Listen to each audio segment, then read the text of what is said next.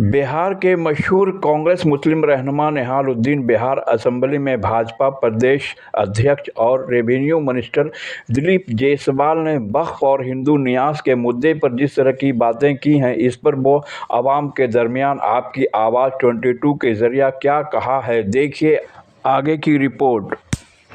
देखिए, दिलीप जायसवाल ने जो स्टेटमेंट दिया है, दरअसल बीजेपी के पास रेवेन्यू का कोई कंसेप्ट नहीं है।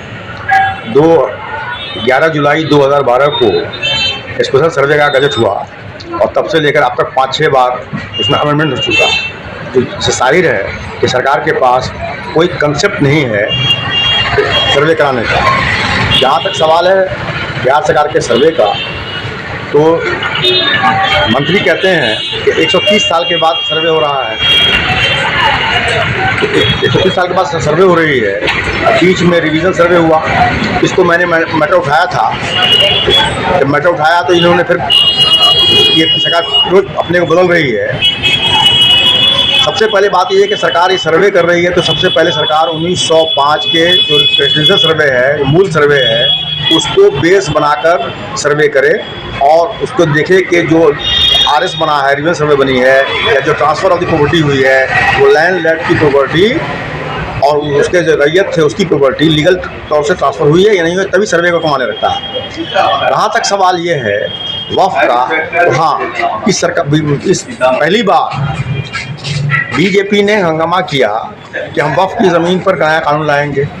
अभी तक केंद्र में बीजेपी की सरकार ने तो कानून लाने में कामयाब नहीं हो पाई है, लेकिन बिहार के असेंबली के अंदर नीतीश जी के मौजूदगी में बिहार के मंत्री जो भाजपा के स्टेट प्रेसिडेंट भी हैं, दिलीप जायसवाल साहब, उन्होंने घोषणा कर दिया कि अब जो सर्वे होगी उसमें वक्फ की जो ज़मीन है और हिंदू धार्मिक न्यास की जो ज़मीन है वो बिहार सरकार के नाम से होगी।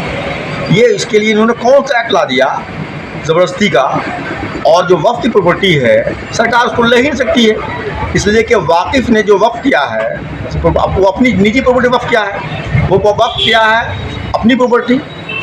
आज भी उस प्रॉपर्टी का मालिक वही है जो वक्फ किया है, और बाकी जो लोग हैं वो उसको केयर टेकर देख रेख करने वाले हैं। आप सरकार की ज़मीन जो ईश्वर को दिया गया हो, जो अल्लाह के नाम पर फी सबिलिल्लाह है, उसको वापस लेने का आपको अधिकार कहाँ से आ गया? एक तरफ तो आप राम जी के नाम पर ज़मीन छीन लेते हैं अपने धर्म के नाम पर, और दूसरी तरफ जो है आप दूसरे हिंदू भगवानों के नाम की प्रॉपर्टी छीन लीजिएगा, आप दूसरे इस्लाम के अल्लाह के नाम से वक्फ की ज़मीन को छीन लीजिएगा। ये कौन सा कानून लेके आए हैं बीजेपी के लोग? इनके पास कोई कंसेप्ट नहीं है। कांग्रेस इसका मुखालफत करती है। आप बिहार के पहले मुस्लिम लीडर हैं और कांग्रेस पार्टी से आपका ताल्लुक़ है। आपने इस आवाज़ को सबसे पहले बुलंद की हैं। कांग्रेस पार्टी में भी 19 मेंबर असेंबली हैं और सीएलपी लीडर भी मुस्लिम हैं। इस पर आपकी पार्टी और सीएलपी लीडर ने अभी तक क्यों नहीं आवाज़ उठाई है? देखिए, ये उनके अपने अपने सोच, अपनी पॉलिसी का मामला उनके है, ये वो जाने। लेकिन बहैसियत मुसलमान के, बहैसियत हिंदुस्तानी होने के, बहैसियत बिहारी होने के, बहैसियत लीडर होने के, आवाम के साथ किसी भी तरह के जुल्म को उठाना सभी पॉलिटिकल पार्टी के लीडर का जिम्मेदारी है। वो अपनी जिम्मेदारी अगर नहीं निभा पाते हैं तो आवाम को भी चाहिए कि ऐसे सभी नेताओं को, चाहे किसी पार्टी के हो, और ख़ास तौर से मुसलमानों के वैसे नेताओं को, उनको ही रिजेक्ट कीजिए। नहीं तो यही जा कर के आपके इंटरेस्ट को नुकसान पहुंचाते हैं अपने ज़ाती फ़ायदे के लिए। और जब तक मुस्लिम अवाम और बिहार की आवाम अपने सही लीडर को, अपने वॉइस को, जो लीडर अपनी कुर्बानी नहीं दे सके, अपनी सत्ता की कुर्बानी नहीं दे सके, वो लीडर नहीं उठता।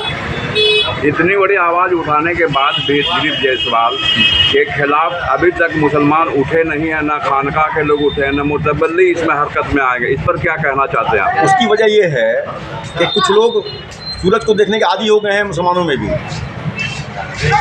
और जब सूरज डूबने लगेगा तो सबसे पहले चादर ओढ़ कर आ जाएंगे कि हमको रात को हमको सोने दीजिए आप। ऐसे लोगों से भी आवाम को होशियार रहने की ज़रूरत है, और इन्हीं लोगों की वजह से आज सारे नुकसान हो रहे हैं। बाकी दूसरे कम जिम्मेदार हैं, हम खुद ज़्यादा जिम्मेदार हैं।